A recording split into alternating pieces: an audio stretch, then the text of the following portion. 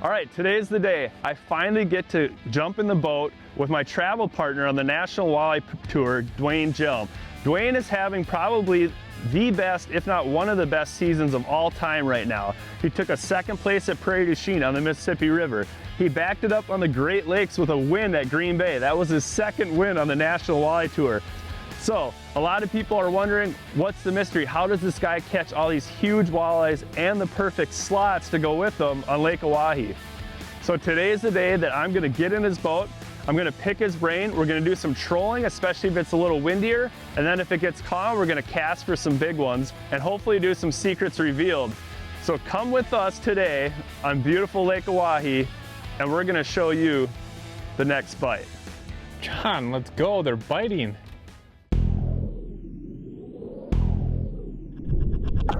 Just looking for the next bite. Just looking for the next bite.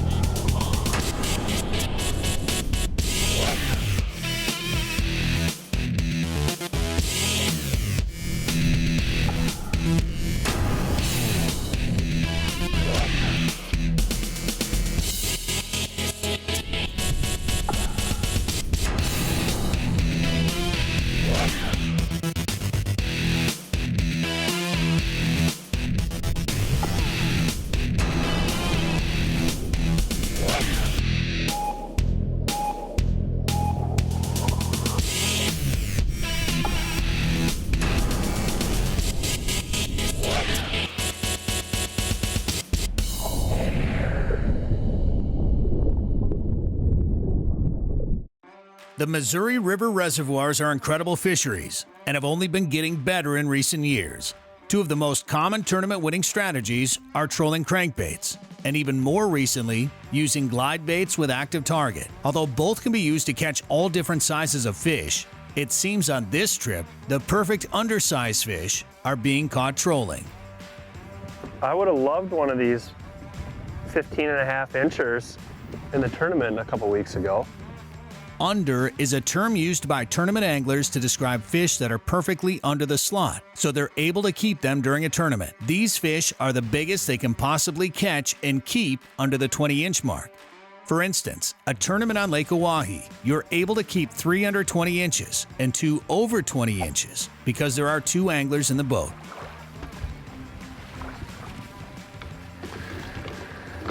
Oh my gosh, I'm so nervous right now.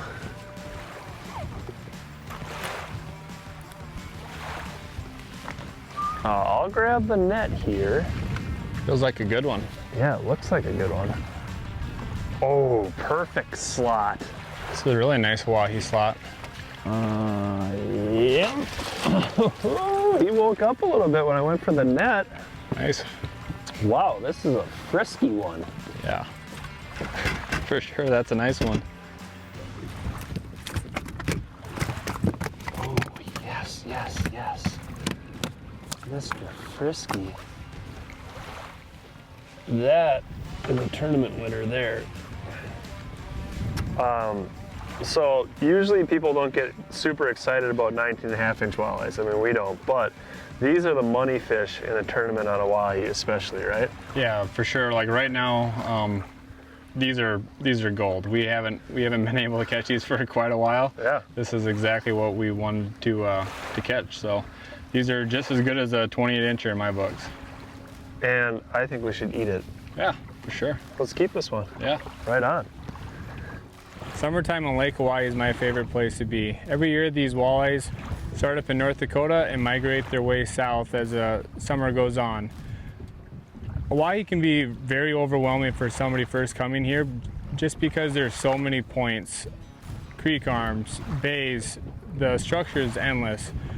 Some of my favorite places that I like to look for these walleyes are on points with steep breaks, close to deep water, or rocks on them. And it's simply just because that's generally where the bait likes to set up. Another one of my summertime favorite places to be is the trees. There's shallow trees and there's deep trees in this reservoir. And the reason why these big walleyes like the trees and the timber is because the bait fish is in there. The bait fish is in there eating all the little bug hatches that are going on. And the big walleyes cannot resist. So next time you're on Lake Oahe, check those steep breaks, check the points with rocks, and don't be afraid to lose some lures in the trees. That looks like another one of those nice slot fish. I see line angle up on the surface. Oh. What do we got going on out there, dude? I'll get the net.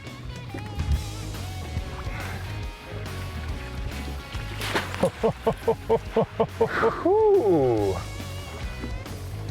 I would take that in any Lake Oahe tournament. Yeah, it's a perfect slot. Where have those things been our entire tournament career? I have no idea.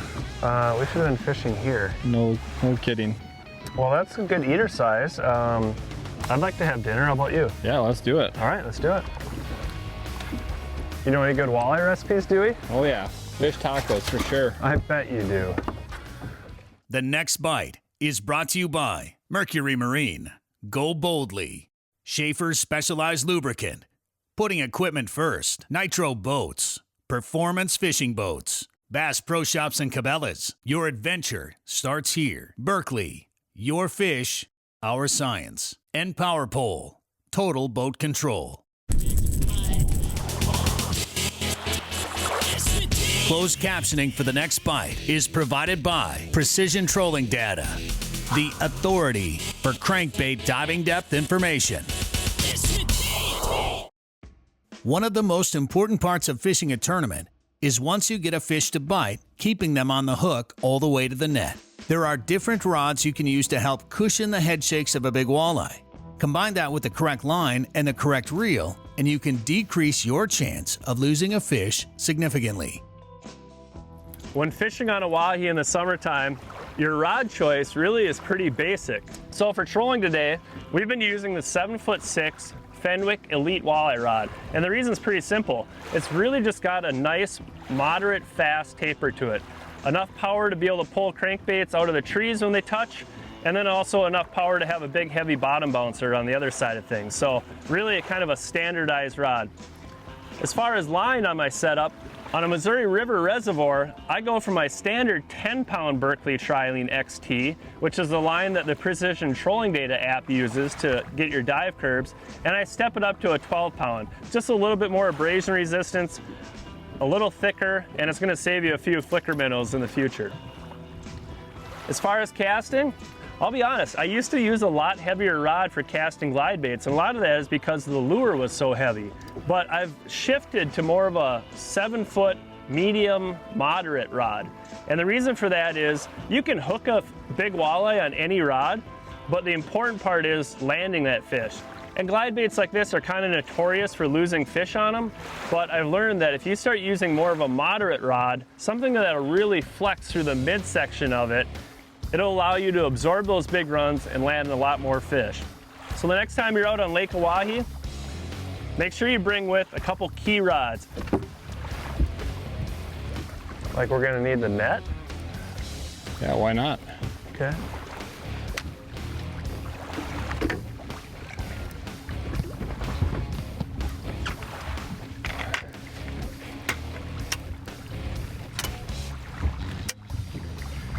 Yes, yes, yes, yes. There's a nice one. Heck yeah, nice one. Yeah, that one really liked the flicker minnow. Yeah, for sure. White, huh? Looks like he ate it head first, huh? Yeah. Wow, that is a perfect size tournament walleye. It's an awesome looking slot. I can see why you have so much fun when the, you know, where you're fishing isn't 50, 60 miles away from takeoff, because then you have the options of getting the 3 perfect slots and then, you know, go for the big ones or vice versa. Right, yeah. Yeah, this is absolutely a perfect slot. And doing this program, generally you can get a couple big bites as well. So this is a absolutely great, good example of what we're after today. Nice. I think we should eat that one. Yep, I think he'll be tasty. Perfect, let's keep it. Yeah.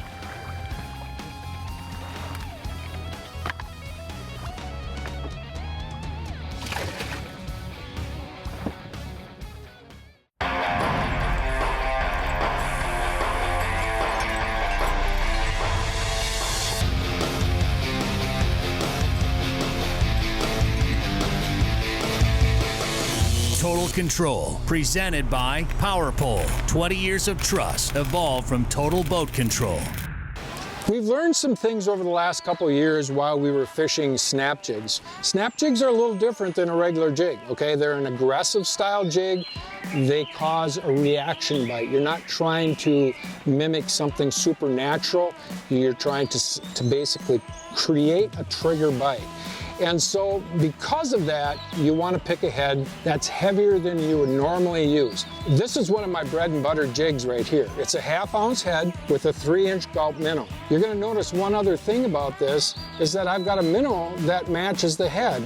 It's a gold glitter minnow. You've never been able to get that before in a gulp product. But now we've got some colors that really, really work well. So this is one of the setups. I like to fish that bait in anywhere from 5 to 15 feet. If I'm going to fish, say 10 all the way down to 25 feet, or if my lake that I'm fishing has a lot of big walleyes in it, then I'm going to go to a 3/4 ounce head. You fish it with small snaps again, no more than a foot. Let the jig swim back to you. It'll kind of come down at angles. It creates that trigger bite.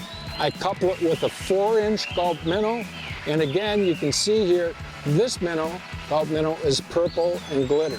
Just remember, fish them fast and get that reaction bite and fish them heavier than normal. And you're gonna catch a lot of fish. Trolling crankbaits is still one of the best ways to catch a walleye all across the country. The most common question we receive is how do you know what depth to run the bait and what colors to choose? When it comes to depth, using precision trolling data is the easiest way to figure out how deep your crankbait is running. When it comes to color, the most common answer is match the hatch. In this situation, that works perfectly because the fish are actively feeding on smell.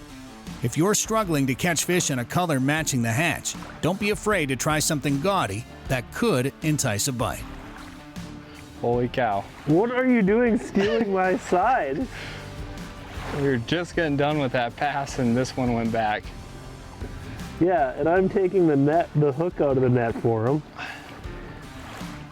You gonna let me reel that one in? Yeah, you want to? Well, the answer is yes, but let me just clear the rods and take the planer board off and you can get all the credit. That's fine. Okay. Got the right line angle, I'll tell you that much. Nice Dude, one. You're so quiet. It must be big. It's big. I've never seen this guy get nervous before. Oh wow, that's a nice walleye. You're gonna have to come a little further. Yes! Awesome. Awesome. Off in the net. Came off of the net. Wow, that one like the number 11 flicker minnow. Wow, that thing is a horse. This is for sure an Oahe special here. This is exactly what you're looking for when you're tournament fishing out here. Just a great example of what's going on out here right now, and definitely too big for the fry pan. Yeah, for sure. That's called overtime, I think, in the tournament. That's, you get a high five, maybe the bro hug. Maybe the bro hug, and then it goes in the live well, and you're like, huh, we got a really nice bag with those perfect slots. Exactly. Sweet, man. Well, they're definitely biting now, so let's get back. Yeah, let's do it. Well, when we started trolling today, I realized that the color choice is really pretty simple, and so was the bait.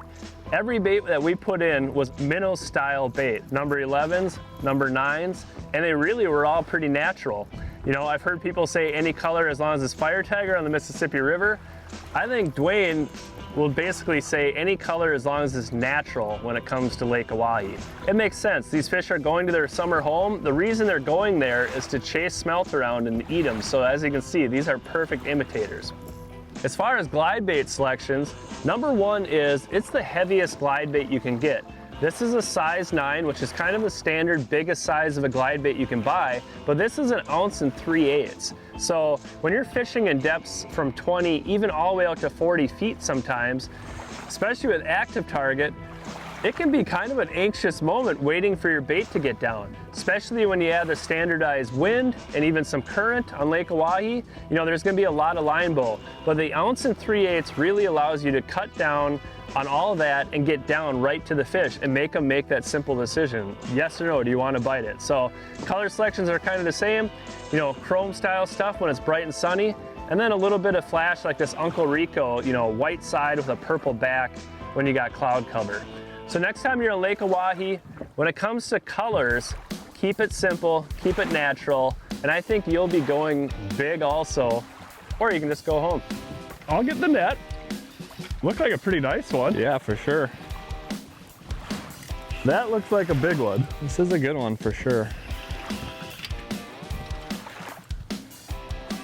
That was target acquired. Yeah, so awesome. Nice. Off in the net. Oh, yeah, that thing choked, but wow. That one really wanted it. That was funny. Wow. Sweet. You see this thing right here.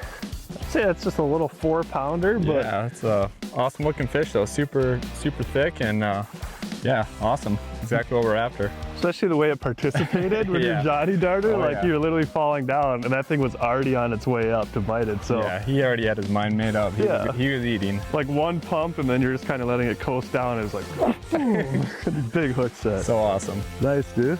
Nice. Perfect weather for it too, Yeah, huh? yeah, this is awesome. Nice little walleye chop out Right. here. Yep. All right, let's get her back. Let's do it.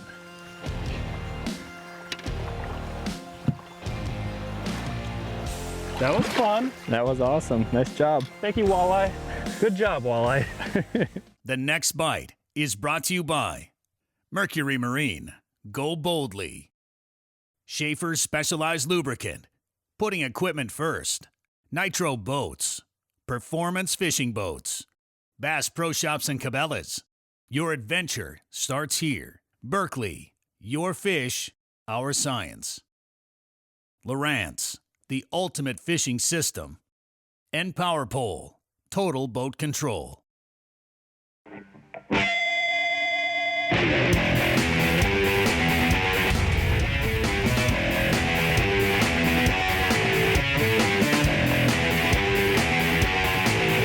Hot topics, leading information and tackling techniques to make you a better angler. Presented by Mercury. One of my favorite things to do is honestly mess around with props, try different engine heights to try to get the best performance out of the boat and motor package that I'm running for each year. So this specific motor, the power band that you want to be in at wide open throttle is 6,000 to 6,150 for RPMs. So basically, if you're way below that in range, you may need to number one, raise the motor a little bit. That's going to get you a couple more RPMs. You may also need to drop down in prop pitch, a smaller prop, or change configuration of props. If you're running a 3-blade like this Tempest, move to a 4-blade like this Bravo right here. For instance, if I'm turning 5,800 with a 3-blade Tempest, and that's not enough, I want to go a little bit down, go to a 19 Tempest, a little bit smaller prop. I'm going to turn a little bit more RPM. So basically what you're doing is you're making sure that that motor at wide open throttle sits right in that sweet spot of 6,000 to 6,150 for maximum speed. Now with handling, that's another story. Handling, what we found on boats of this size, a lot of times that the 4-blades, like the Bravo 1 FSs or the Bravo 1 LTs, are going to be a better handling prop. So decide on what's more important, speed or handling. A lot of times with these props you can get the best of both worlds, but make sure with these Pro XSs at wide open throttle you're getting at least 5,950 for RPMs or a little bit more to get the maximum performance out of your boat and motor package. Combining trolling techniques and casting techniques while on the water can be a 1-2 punch for catching a ton of fish. Oftentimes you can troll to find the schools, then come back on those same waypoints later and use casting techniques to target specific fish. Thanks for spotting that one. Yeah, no problem. It's the type of run you want. Definitely gonna need the net on this. What a run. Wow, this is a big one. When they act like this. Oh my gosh. Oh, that's a big one. All right, all the way up. Oh my gosh, Ready? this walleye. Holy smokes! Wow, that is Holy a horse. smokes. Just Yeah. the slow fall that time, it's like kind of determining their mood. And then look at it, just grabbed it. Right in the tip of the nose. What a beautiful What a fish. horse. Holy smokes, dude. Look at the hairdo on this thing. This thing is a hog. Holy smokes. Nice work, dude. It was so funny because it's like, you know, the normal hard snap above it and it's falling down. It doesn't move at all. So I was like, all right, I'm just gonna like guard it a little bit. And then we saw it on the active target, just a little shift and it's like, oh, it's got it. Looks set. And then those long runs, man, Oh, it's man, crazy. Sweet. Awesome fish, dude. All right, Nice work. Let's let it go. Let's do it. We need more. Yep. Holy cow. That thing was awesome, dude. Nice Happy work. to go back to the depths.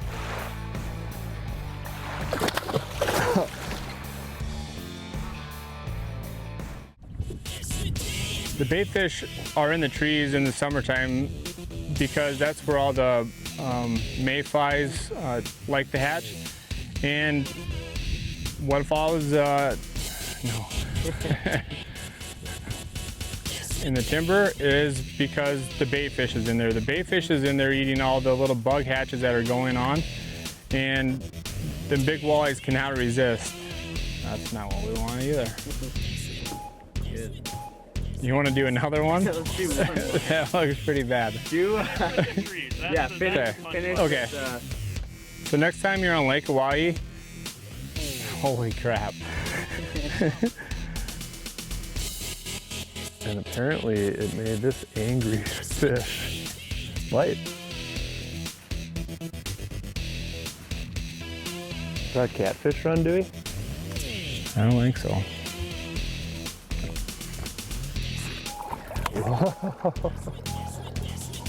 Whoa. Yeah, that'd be sweet if you hooked me in my hand. How many walleye fishermen does it take to take off one catfish?